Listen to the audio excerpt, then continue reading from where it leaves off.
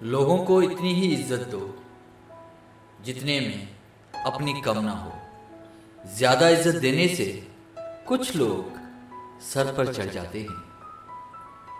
Mobile की gallery और दिल इतना साफ रखो कि अगर कोई खोल भी ले तो शर्मिंदगी ना हो।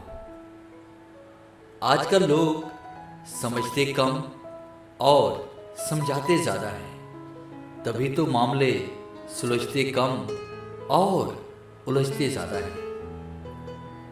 अगर पेड़ से ऑक्सीजन की बजाय वाईफाई मिलता तो हर इंसान एक दरख्त जरूर लगाता।